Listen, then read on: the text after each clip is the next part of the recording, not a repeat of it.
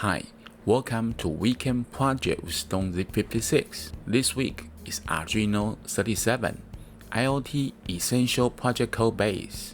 Today, I will show you how to combine three commonly used IoT libraries, Wifimanager, AsyncElegantOTA, and MQTT to become a common IoT codebase.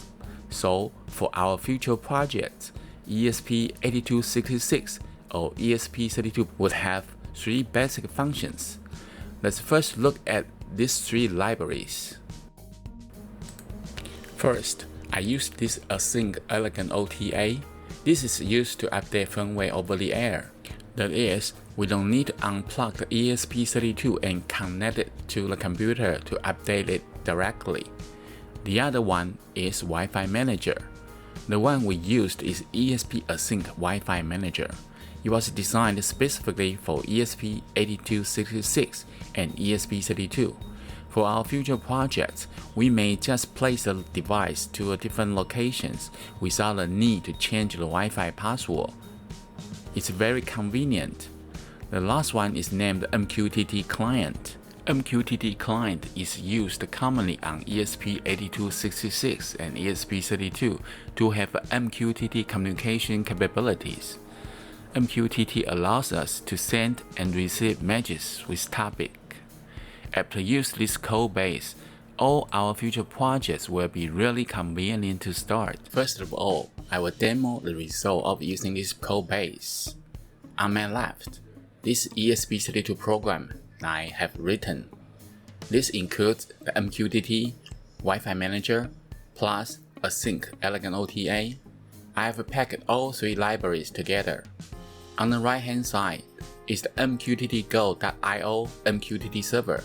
Not only is it free now, but also it will be free forever. It's the fastest and the most stable MQTT server in Taiwan. You are very welcome to give it a try.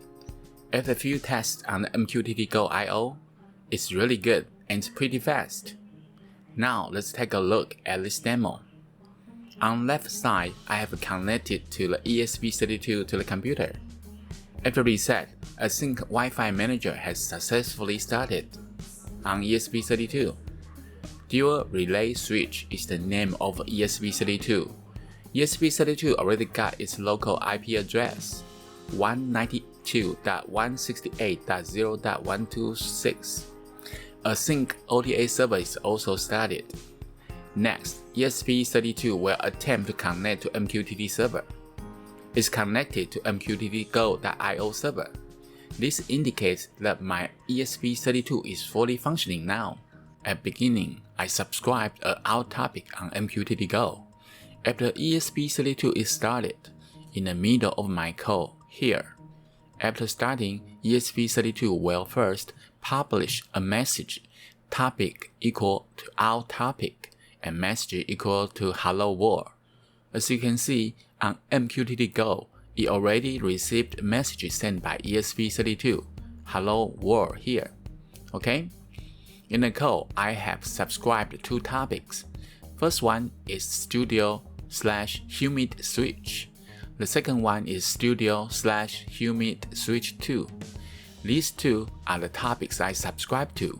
Subscribed in ESP32, and then we can publish message from MQTT Go.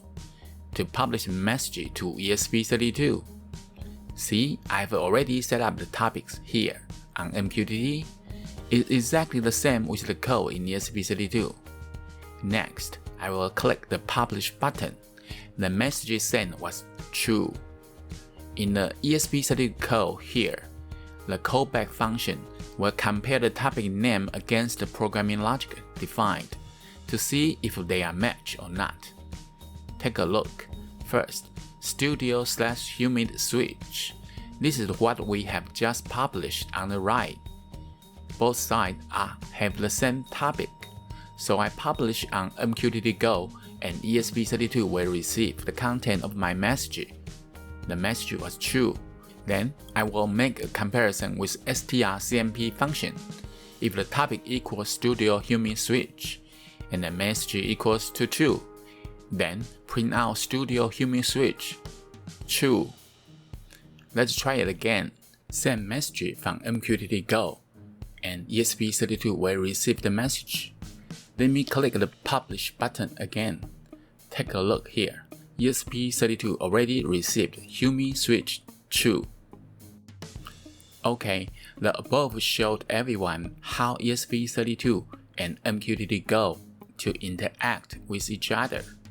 For the rest of the code on ESP32, although it included AsyncElegantOTA and ESP Async Wi-Fi Manager, this time I will only explain the MQTT part.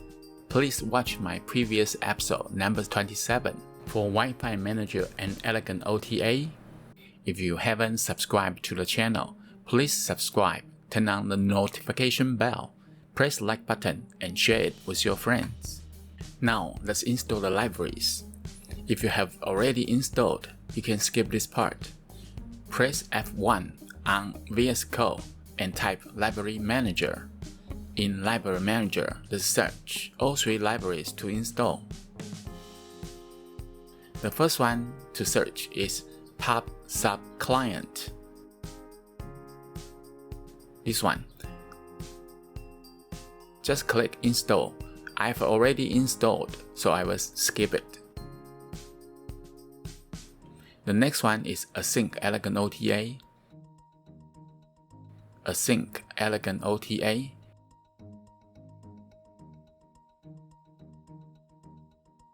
This is what we are looking for. Just click Install. I have already installed this library. I installed the version 2.27. The third to install is ESP Async Wi-Fi Manager.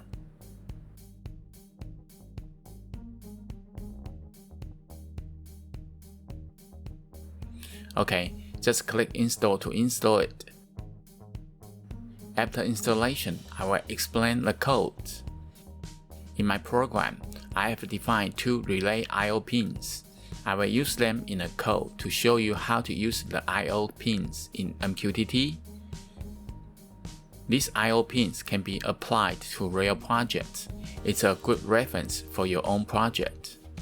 Next part, it's the AsyncElegantOTA, and I will not explain it in detail here. In episode 27, I didn't assign FOTA username and FOTA password. If you need username and password for ESP32 FOTA, you may set up your username and password here. I will explain a little bit more later. Here, I added Wi-Fi client.h library. Then, include PubSub client.h library. Then define a message buffer size. This is the size limit of each message. I set it to 1K byte. As you can see, here I set a message array to 1K byte. Then here, set MQTT server to MQTT-Go.io and MQTT port to 1883. MQTT Go is the largest free MQTT server in Taiwan. Please give MQTT Go a try, it's really good. Okay, let's see other parts related to MQTT. Go down few lines. This part also needed for MQTT. Initialize an ESP client object. Then start MQTT client object with PubSub client.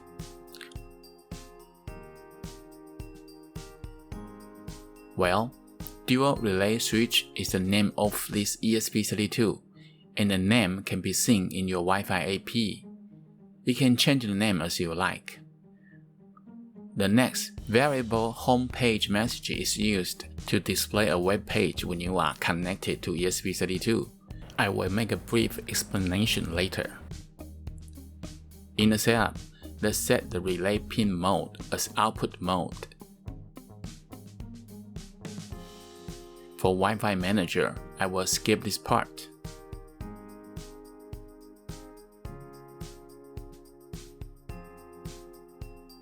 On ESP32, a sync web server was installed.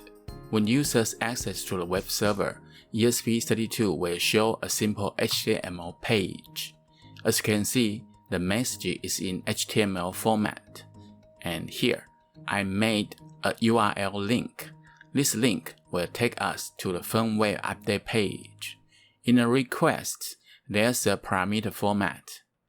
Here, we send the parameter as text/HTML. In previous version, we send the text plain only. Only text/HTML can display web page. Okay, for AsyncElegantOTA, if we don't need users to input username and password, then uncomment this line. Then we are good to go. But if we want users to enter username and password, then add FOTA username and FOTA password after &web server. Whenever we try to update ESP32 firmware, we'll be asked the FOTA username and FOTA password are the one we specified at the very beginning. Here they are. Username is UN and password is PW. Okay?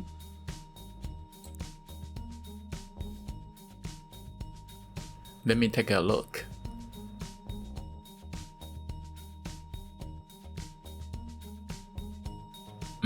In the setup, one more thing needs to be done is connect to MQTT server. We have to set the MQTT server and the port.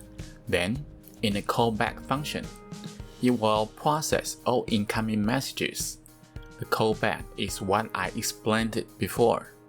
For every message received, the callback will handle the message. Next, in the terminal, you will see message arrived.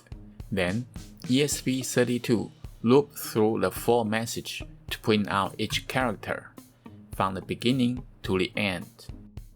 What's next? All the characters are put in the payload variable. Adding a backslash at the end of payload will convert payload into a string. Finally, payload becomes a variable, message.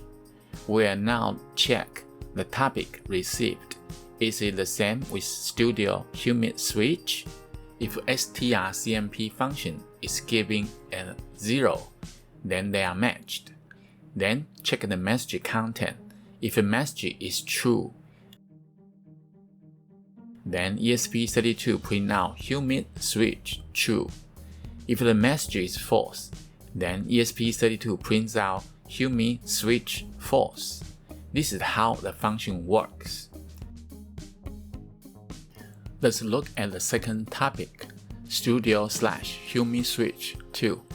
We first compare the topic. If strcmp function gives a 0, then check the message content. If a message equals to true, then use digital write to set relay pins 2 to high. This is the way to active device I/O. See here, digital write high or digital write low.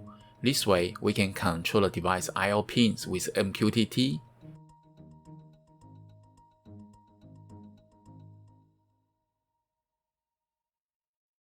The last part of this MQTT is this reconnect function. It's responsible to connect when ESP32 starts up or when ESP32 is disconnected. Reconnect function will make the connection again. It's called to maintain MQTT connection. Whole connection process is: first, it uses MQTT.connect function. Once connection is successful, ESP32 will publish a message with topic, our topic, and message hello world. Then subscribe two topics. One is Humid Switch and the other is Humid Switch 2. What if ESP32 fails to connect? This part will print you failed and print out the current status. And after delay for 5 seconds, the program will loop again, run the process again until MQTT connection is made. This is how reconnect function works. Inside the loop function, we need to check the MQTT connection status. If the connection is not successful, then we will reconnect to MQTT. About MQTT client.loop, it's constantly check if there's a message arrived. If a message is arrived, then you will use callback function to process it. This is how the MQTT client works.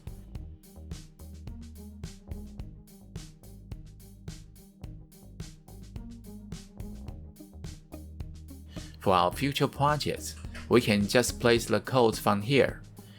Remember to keep MQTT client.loop function and check MQTT client.connected status inside the loop for each project.